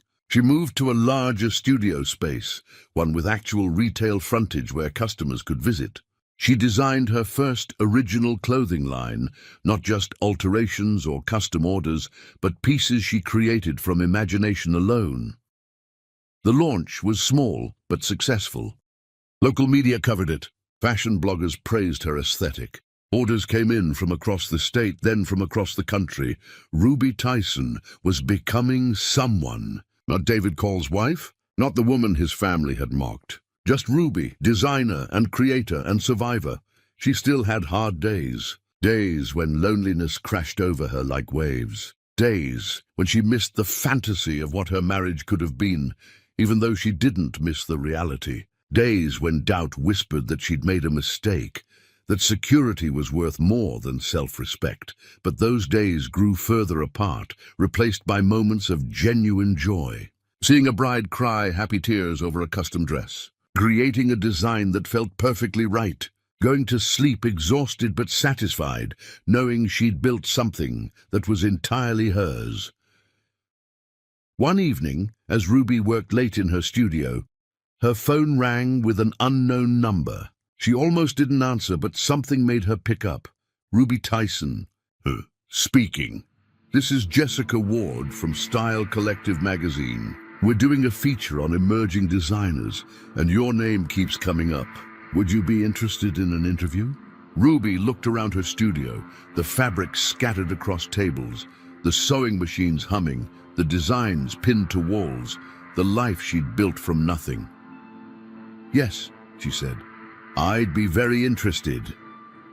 After she hung up, Ruby stood at her window watching the city lights and thought about the woman she'd been a year ago, sitting in a motel room, terrified and broken. She wished she could tell that woman what was coming. The fear would fade, the pain would heal, and on the other side of devastation was possibility. Ruby Tyson had once been someone. She'd forgotten that truth for years, but now she was remembering, and more than that. She was becoming something even better, herself, unfiltered and unashamed and entirely free. While David Call commanded boardrooms through fear, Ruby Tyson was building an empire through heart, and the world was starting to notice. But Chapter 8. When kingdoms crumble. David always believed his success was self-made. He was about to learn how wrong he'd been. David sat in his office, staring at resignation letters spread across his desk like accusations. 3 executives in 2 weeks, all citing vague reasons about seeking new opportunities. He knew what they really meant. They were abandoning ship. It started small. A contract fell through after the CEO mentioned hearing about David's reputation issues. A partnership dissolved over concerns about his interpersonal conduct. Little cracks became fissures, threatening to swallow everything. His assistant knocked. "So your mother is here." Patricia swept in without waiting for permission, her face tight with displeasure. "What is happening, David?" "I just had lunch with Helena, who heard from someone at the club that your company is facing a mass exodus. Is this true?" 3 people resigned. That's hardly mass exodus. 3 important people. People with connections. People who are now spreading rumors about why they left. Patricia sat across from him, her expression sharper than usual. "This is about Ruby, isn't it?" "Ruby has nothing to do with my business. Ruby has everything to do with this." People talk, David. They know about the divorce, about the circumstances. And some of them, surprisingly, feel that you behaved poorly. Poorly. I gave that woman everything. You gave her things. You didn't give her respect, and people noticed. David, you built your reputation partly on being a devoted family man. That image is now shattered, and it's affecting how people see you professionally. David wanted to argue, but Patricia's words carried truth he didn't want to acknowledge. His success hadn't been solely about his brilliance. It had been about perception, connections, the image he projected. Ruby had been part of that image, the devoted wife who made him look stable and trustworthy. Without her, he was just another ruthless executive with questionable ethics. What am I supposed to do? Beg her to come back for appearances? It's too late for that. Ruby filed for divorce, David. She's moved on. You need to do damage control. Patricia stood, smoothing her dress. Fire your current PR team and hire someone who specializes in reputation rehabilitation. And for God's sake, stop telling people how ungrateful Ruby was. It makes you look petty. After she left, David pulled up his phone and searched Ruby's name. The results startled him. Articles about her design work, social media with thousands of followers, photographs of her creations worn by women whose smiles seemed genuine, and Ruby herself, in some photos, looking different, not diminished by their separation, but enhanced. She glowed with something that had been missing when she was with him. The caption under one photo caught his attention. Designer Ruby Tyson on why she left her old life behind. Sometimes you have to lose everything to remember you're capable of building anything. She was talking about him, about leaving him. And she was thriving. Jealousy and regret twisted inside David's chest like poison. He'd expected Ruby to crumble without him, to come crawling back begging for another chance. Instead, she disappeared and reconstructed herself into someone he barely recognized. His phone buzzed with a text from Nora. "Have you seen Ruby's latest interview? This is a disaster." David found the interview, a local magazine feature about inspiring women. Ruby sat in her studio, surrounded by fabric and creativity, looking serene and successful. "My marriage taught me that you can't build self-worth on someone else's validation," Ruby said in the interview. "I spent years making myself smaller to fit into someone else's vision of who I should be. Leaving was the hardest thing I've ever done, but it saved my life." The interviewer asked if she had regrets. "I regret not leaving sooner." I regret letting fear keep me in a situation that was destroying me. But I don't regret the marriage itself. It taught me exactly what I don't want, which made it easier to build what I do want." David threw his phone across the room, watching it shatter against the wall. She'd reduced their entire marriage to a cautionary tale, a lesson in what not to do. She'd made him the villain in her story of redemption. But the worst part, the part that kept him awake at night, was knowing she was right. Graham stopped by his office later that week with news that more clients were expressing concerns. "They're asking about our company culture. Someone posted an anonymous review online claiming we have a toxic leadership problem." Who would do that? Any of the people who left, or any of the people who are thinking about leaving? Graham sat down heavily. "David, I'm going to be blunt. The company is struggling because people don't want to work for you anymore. Your reputation has shifted from driven leader to difficult tyrant. That's a problem. I'm not a tyrant. You're cold, David. You're demanding to the point of cruelty. You treat people like they're disposable." Graham hesitated, then continued. "You treated Ruby like she was disposable, and everyone saw it. We all watched you humiliate her at parties, ignore her in public, let your family tear her apart. You thought it made you look powerful. It made you look cruel. I loved Ruby." "Did you?" "Because from where I stood, you loved what Ruby did for you. There's a difference." After Graham left, David sat alone in his office as sunset bled across the sky. He thought about Ruby's face at that last party, her quiet dignity as his family mocked her, her silence when he'd sent her to the guest room like she was a child to be punished. He'd thought he was teaching her a lesson. He'd been revealing his true character, and everyone had taken notes. His phone rang. "Patricia, again. Your father and I need to talk to you. Come to dinner tonight." The call estate felt different now, less like home and more like a museum of poor choices. His parents sat in the dining room, their expressions grave. "David, we're concerned," his father Maxwell began. "Your company is floundering, your reputation is damaged, and you seem incapable of accepting responsibility for any of it." "I built that company from nothing." "No," Patricia interrupted. "Ruby built the foundation. You constructed the building, and now it's collapsing because you removed the foundation and expected everything else to stand. Architecture doesn't work that way, David. Neither do relationships. Ruby was just my wife. She didn't contribute to the company. She contributed everything," Maxwell said quietly.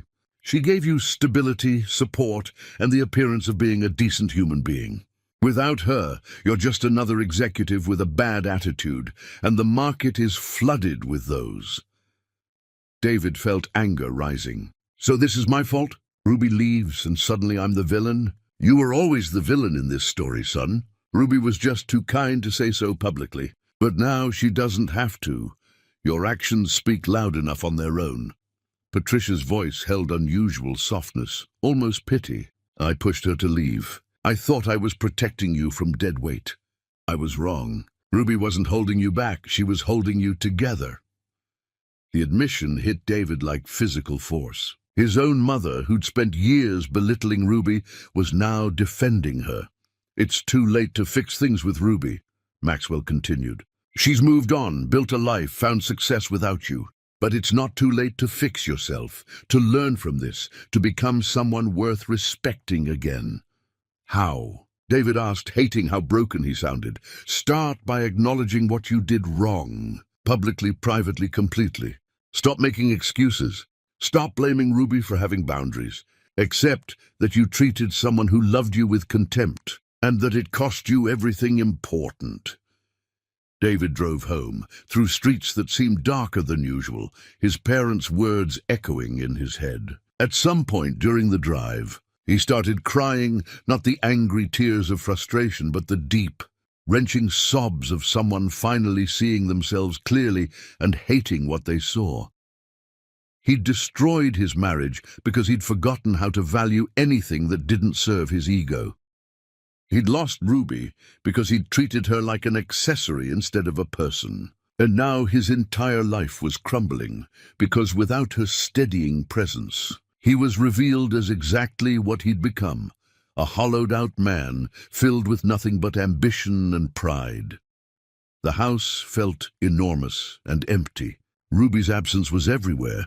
In the kitchen she'd kept organized, in the garden she'd tended, in the quiet spaces where her laughter used to live. David pulled out his phone and opened the blocked calls folder. Dozens of messages he'd sent to Ruby, begging and threatening and bargaining. She'd never responded to any of them. He sent one more, different from all the others. "You were right about everything. I'm sorry. I know it's too late, but I needed you to know. You deserved better than me. You deserve the happiness you found. I'm glad you got free." He didn't expect a response. He didn't get one. Instead, over the following weeks, David watched Ruby's success grow from a distance. Magazine features, online features, speaking engagements at design conferences. Each new achievement was proof that she'd never needed him. He'd needed her, and he'd realized it too late. His company continued its decline. More employees left. More deals fell through. The empire he'd built on Ruby's sacrifice was dismantling itself piece by piece, revealing that without her foundation, it had all been hollow. Nora called one evening. "I saw Ruby at a gallery opening. She looked incredible, happy. She didn't even acknowledge me." "Good," David said, surprising himself and his sister. "She doesn't owe us acknowledgement. We don't deserve it. When did you become so philosophical?" "When I lost everything that mattered and realized I did it to myself." David sat in his empty house that night, surrounded by expensive things that meant nothing, and understood with devastating clarity, Ruby had never been his weakness. She'd been his strength, and he'd thrown her away to prove he didn't need strength. Now he was discovering that everyone needs something to hold them steady, and he'd destroyed his only anchor. The question wasn't whether he'd made a mistake. The question was whether he was capable of learning from it, of becoming someone better, of earning redemption he'd never receive. David didn't have an answer yet, but for the first time in his life, he understood that some questions were more important than success, and some failures taught more than any victory ever could. David finally understood the terrible truth. Ruby had never needed him. He had always needed her. Chapter 9. The Weight of Realization. Some men spend their whole lives chasing power, only to discover they destroyed what actually made them powerful. The house echoed with David's footsteps as he wandered through rooms that suddenly felt like crime scenes. Every space held evidence of Ruby's absence. The kitchen where she'd cooked meals he barely tasted. The reading nook where she'd curled up with books while he ignored her. He'd been living here alone for months now, but tonight the emptiness felt suffocating. David pulled a box from the hall closet, one Ruby had left behind. Inside were photo albums from their early years. He sat on the floor, whiskey glass in hand, and opened the first one. There they were, Ruby and David before ambition ate him alive. College photos, where his eyes looked clear and hers looked hopeful. Their small wedding, nothing like the grand affair his parents wanted. He traced Ruby's face in a photograph from their honeymoon. She was laughing at something off camera, her joy so pure. When had she stopped laughing like that? When had he stopped being someone worth laughing with? The answer was brutal. The moment success became more important than her happiness. His phone buzzed with another email from Graham about the company's declining prospects. David deleted it without reading. The company could burn for all he cared tonight. He found a journal buried in the box, Ruby's handwriting filling pages with thoughts she'd never shared aloud. David knew reading it was a violation, but he was already guilty of so many violations against her. What was one more? He hesitated, then noticed a sticky note on the first page. For David, when you're ready to understand. She'd left it deliberately, wanting him to see what he'd done through her eyes. The entries broke him. David came home angry again today. I asked about his day and he snapped at me. I keep wondering when I became an interruption instead of a companion. I saw how he looked at his colleague's wife tonight, with interest, respect. He used to look at me that way. Now he looks through me like I'm glass. His mother called me unfortunate today." David laughed. "Sometimes I wonder if he even notices I'm hurting anymore. I'm disappearing. Little pieces of me erode every day until I don't recognize the woman in the mirror. She's quiet when she used to have opinions. She's small when she used to take up space. David did this to me. Or maybe I let him. I don't know which is worse." The entries went on, page after page, documenting her slow erasure while he'd been too busy building his empire to notice. The final entry was dated the night before she left. "Tomorrow I'm going to do something terrifying. I'm going to choose myself. I don't know if I'll find the courage when morning comes, but right now, writing this while David sleeps beside me, I know what I have to do. I have to save myself because no one else will. Only the Ruby I used to be can rescue what's left. I hope she's still in there somewhere." David closed the journal, vision blurred with tears. She'd been planning her escape, gathering courage, and he'd been actively cruel, sending her to the guest room, demanding apologies. He pulled out his laptop and read everything Ruby had done since leaving. Every interview, every article, every post about her emerging design career. What struck him wasn't just her success, it was her generosity. Where she could have destroyed him publicly, she chose grace. "My former marriage taught me about resilience," she'd told one interviewer. "Sometimes the hardest lessons come from the most painful experiences. I don't regret my past. I learned from it. No names, no accusations." She'd taken the high road while he'd spent months cursing her for leaving, blaming her for his failures. His phone rang. "Nora." "Have you been drinking?" she asked without preamble. "What do you want?" "To tell you that I ran into Ruby at a symposium today. She was giving a talk about sustainable fashion design. The room was packed, David. She's become someone important. I know. Do you? Because you keep acting like she diminished after leaving you. She didn't. She won't. She doesn't need you, and she's better off without you. I know that too." Nora's voice softened.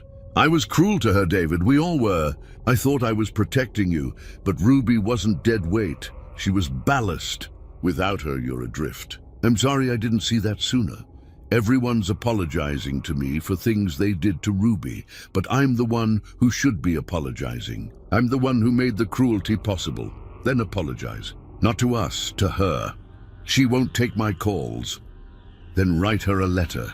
Show up at her studio. Do something."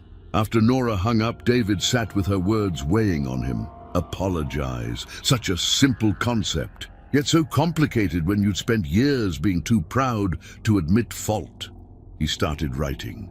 Letter after letter, trying to capture the magnitude of his regret in words that felt perpetually inadequate. "Dear Ruby, I'm sorry for what? For everything. For specific cruelties? For the systemic erasure of her identity?" He wrote for hours, filling pages with confessions and apologies.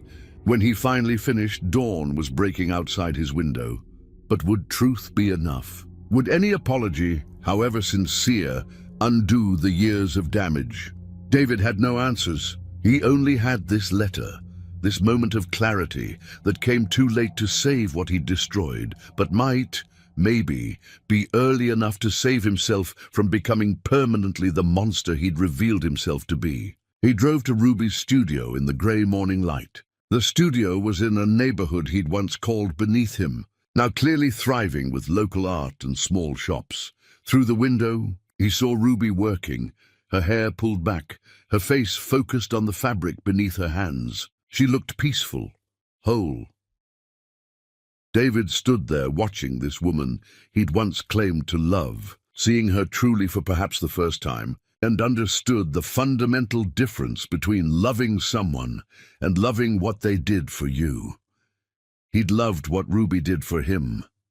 The support, the stability, the appearance of being a decent man. He'd never loved Ruby herself, the woman with dreams and needs and opinions that sometimes contradicted his own. And she'd figured that out before he had. left before he could, and built herself into someone remarkable while he fell apart. The letter in his hand felt pathetic now, insufficient to bridge the canyon he'd created between them. But he walked into the studio anyway, the bell above the door chiming his arrival. Ruby looked up, saw him, and her expression went carefully neutral. Not angry, not hurt, just blank, which was somehow worse. He'd become someone who merited no emotional response, not even negative ones. "David, Ruby, Can we talk?" "We have nothing to talk about. Our attorneys handle everything now. I wrote you a letter." He held it out like an offering. "I know it doesn't fix anything. I know it's too late. But I need you to know that I finally understand what I did, what I destroyed, who I became." Ruby didn't take the letter. "What do you want from me, David? Forgiveness, closure, some kind of redemption that makes you feel better about yourself?" "I don't know. Maybe I just needed to face you and admit that you were right about everything, that I failed you, that losing you was the consequence of my own cruelty." "Okay, you've admitted it. You can go now." Her dismissal hurt more than any anger could have. He'd become irrelevant to her, a chapter she'd closed and moved past. "Ruby, please. Please what? Please let you feel forgiven so you can stop feeling guilty? Please tell you it wasn't that bad so you can avoid facing what you actually did." "I won't give you that, David. What you did to me, what you allowed others to do to me, it was that bad. It was worse than bad. It was soul-destroying, and I barely survived it. I know. I'm so sorry. Sorry doesn't time travel. Sorry doesn't undo years of humiliation and erasure. Sorry is just a word you're using to make yourself feel better." She set down her work, finally meeting his eyes fully. "I've built a life without you. I've remembered who I am, who I was always meant to be. Your apology doesn't change that. It doesn't affect me at all." And there it was, the truth that cut deepest. He'd expected anger, tears, some evidence that he still mattered enough to hurt her. Instead, he was nothing, a footnote, a lesson learned. David nodded slowly, setting the letter on her counter. "I understand. I hope you're happy. You deserve to be happy. I am happy, finally." He turned to leave, then paused. "For what it's worth, watching you succeed while I fall apart has been the clearest lesson I've ever learned. You never needed me. I always needed you. I just realized it too late." Ruby didn't respond, just returned to her work, and David walked out knowing he'd gotten exactly what he deserved. Nothing. He drove home through streets that felt foreign, past his company building where his nameplate would soon be replaced, to his empty house that had never been a home. Everything he'd thought mattered, the status, the power, the appearance of success. It was all worthless without someone to share it with. And the person he'd had, the woman who'd loved him when he had nothing, he'd thrown away to chase more of what ultimately meant nothing at all. David sat in his empty house that night, understanding finally that redemption wasn't something Ruby could give him. It was something he'd have to build himself, slowly and painfully, by becoming someone capable of treating people with the dignity he'd denied her. The question wasn't whether Ruby would forgive him. The question was whether he could forgive himself enough to become someone worth forgiving. David finally had everything he'd thought he wanted. Power, status, control, and he'd never felt more powerless, invisible or alone. Chapter 10. The Queen's Terms. Ruby Tyson didn't need a crown to be royalty. She'd forged one from her own strength, and everyone was about to witness it. The gallery space glowed with soft lighting and possibility. Ruby stood in the center watching volunteers arrange chairs, hang banners, test audio equipment. Tonight was the culmination of months of planning. A charity gala for women rebuilding their lives after difficult relationships. She'd called it Phoenix. Rising, because that's what they all were, women who'd burned down versions of themselves that no longer served them. Ruby. "The caterers need approval on the final setup," her assistant called. Ruby moved through the space with confidence that had become second nature. She wore a gown of her own design, midnight blue with silver threading that caught light like stars. She'd spent weeks perfecting it. This wasn't just an event. It was a statement. Proof that victims could become victors, that leaving could lead to thriving. Guests began arriving as sunset painted the sky. Women who'd attended Ruby's workshops came dressed in her designs. Supporters brought donations and encouragement. Local media set up cameras. And somewhere in the crowd, Ruby knew, were people from her former life. David's colleagues who'd watched her humiliation. His family who'd participated in her destruction. Maybe David himself. The program began with testimonials from women who'd rebuilt themselves. Each story was unique but carried the same thread. They'd lost themselves in relationships that demanded their erasure, then found themselves again. Then Ruby took the stage. The room fell silent as she stood at the podium. "My name is Ruby Tyson," she began, her voice steady and clear.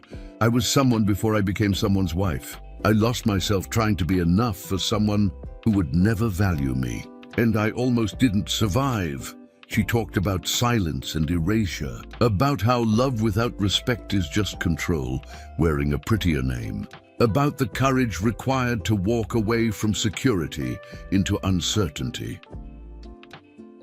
"Leaving was the hardest thing I've ever done," Ruby continued.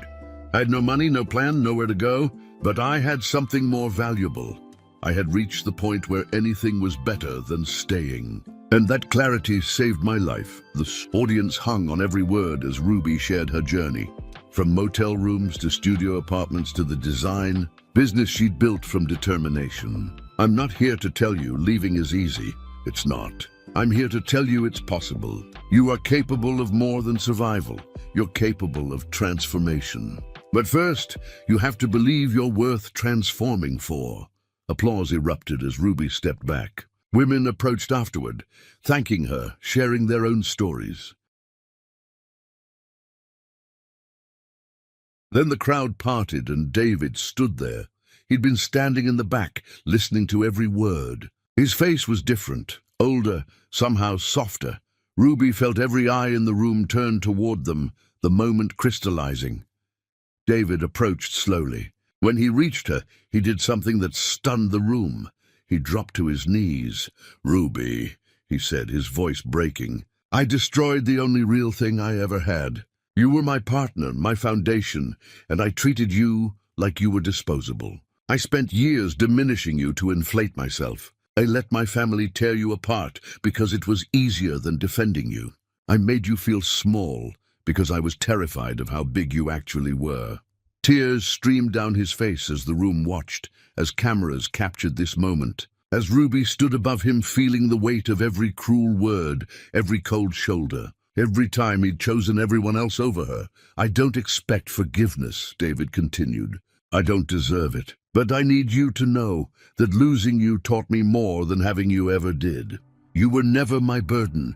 You were my salvation, and I threw you away because I was too proud to see it. Please, if you can find any mercy, teach me how to be worthy of the second chance I know I don't deserve."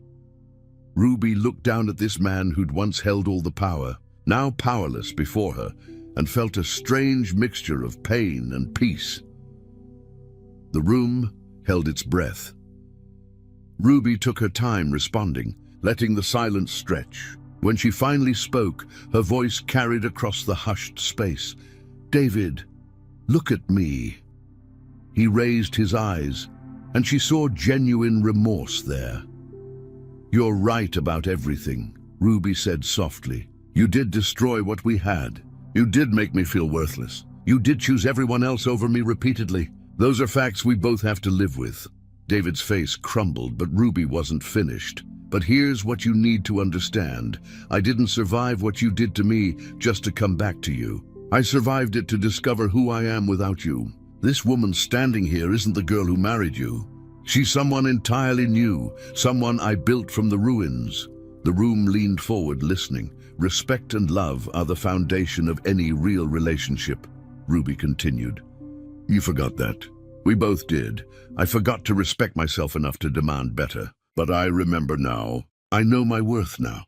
And I will never let anyone make me forget it again." "I understand," David whispered. "I'll leave you alone." I just needed you to know. I'm not finished. Ruby's interruption silenced him. You asked me to teach you how to be worthy. I can't do that. Only you can. But if you're truly committed to learning, if you've genuinely changed and not just temporarily sorry, then maybe, someday, we can talk about rebuilding something. Not what we had. That's dead. But possibly something new. Hope flickered in David's eyes. But understand this completely, Ruby said, her voice like steel wrapped in silk. I am the queen of my own life now. No one will ever make me feel small again. If you want any kind of relationship with me, you earn it. You prove it through consistent action over time. I will. I swear I will. Don't swear to me. Prove it to yourself first. Become someone you can respect. Then maybe we'll talk. Ruby stepped back, creating physical distance that mirrored the emotional distance she'd worked so hard to establish. I'm giving you one chance, David. One opportunity to show me you understand that I am not someone who needs saving or controlling. I'm someone who saved herself. If you can accept that, truly accept it, then call me in 6 months. But if this performance tonight is just another manipulation, then walk away now and stay away. David remained on his knees, tears still flowing, but something in his posture shifted. Not defeat, but understanding. 6 months. I'll use them wisely. See that you do. He stood slowly, bowed his head in respect and walked away without looking back. The room erupted in whispers and speculation, but Ruby ignored them all. She'd meant every word. She would give David a chance, not because she owed him one, but because she believed in transformation. She transformed herself. Maybe he could too, but if he couldn't, if he remained the man who'd broken her, then she would walk away again without hesitation. Because Ruby Tyson had learned the most valuable lesson, she was enough, all by herself.